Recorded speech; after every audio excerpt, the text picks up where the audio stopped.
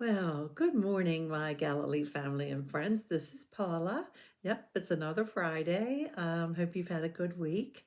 And we're going to talk today about, well, there's a lot of things coming up. We're coming into the most, I think, most important religious season, Easter. We're going to have Shrove Tuesday, and then it's Ash Wednesday, and then we're into Lent. So it's a very busy time. And I'm not sure if you're like me, but I tend to, for one thing, I'm a list maker, a huge list maker, and I get really excited when I can just scratch stuff off.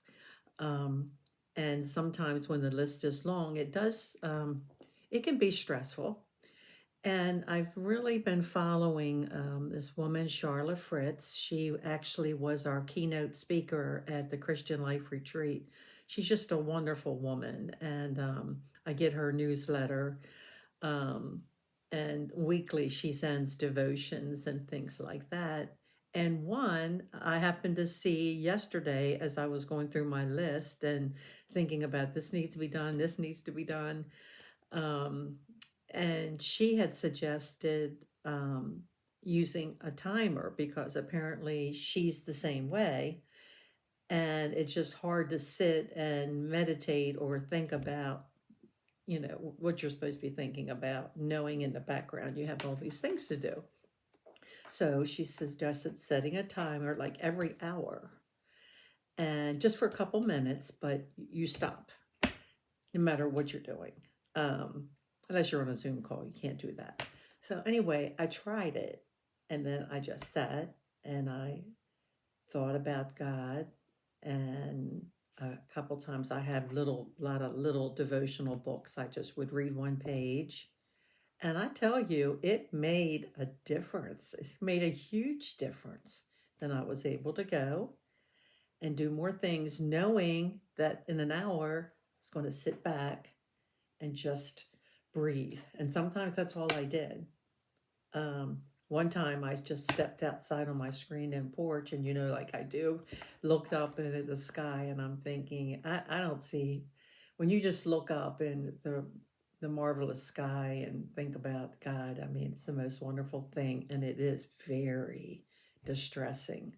So that's what I'm going to really focus on through this whole busy season. I mean, especially in church, we're so busy and we have lots of volunteers, but we could always use more.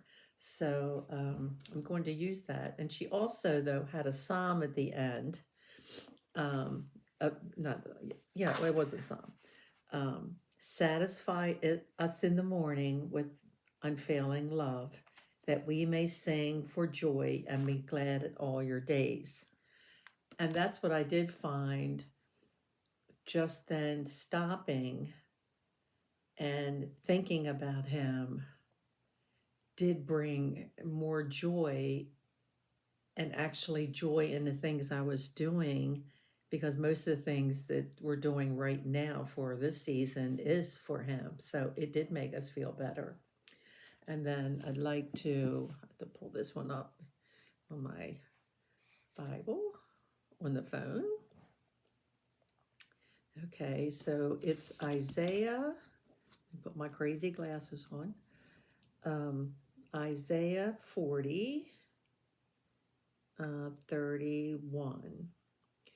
But they who wait for the Lord shall renew their strength. They shall mount up with wings like eagles. They shall run and not be weary. They shall walk but not faint. And it tells us that sometimes waiting is good. And we know God is going to take care of us and answer us in His own time, which He does. And so just reading that, it really makes your breathing even better. So that's what I am going to, not I'm going to work on it, I'm going to do it. I'm going to keep using that little timer on my phone and have it in my back pocket as I do what I need to do. And then just take time to stop um, and think about God and listen or read or open the Bible and read a verse, whatever it is, it just makes you better. So, with that, as I said in the beginning, Shrove Tuesday, it's our pancake supper. That's this coming Tuesday, the 13th. Please join us. Then we have next day, I know it's Valentine's Day, but it's even more important, it's Ash Wednesday. And so we'll have two services, noon and 7. So please, I was reading an article about Ash Wednesday. I'm just constantly reading to find like the reason behind it or when did it start, all this. But I just like Ash Wednesday calls us to pause and remember we are human, we are sinful, and we are in need of a Savior. So think about that when pastors applying the ashes to your forehead. So that's going on. And then the following Wednesday, excuse me, begins our Lent. And so Lent is 40 days. So we have 6 weeks of meals, lunch and dinner. Please sign up. There's a sign up sheet in the narthex. We need all the volunteers to bring food. That just makes life simpler, and it's just fun to taste everyone's different recipes, and plan on joining us. It's wonderful fellowship, um, both at lunch and at dinner. It's great fellowship. You get to, I know I have met and got to know so many different people from, I guess, different services that I really didn't know.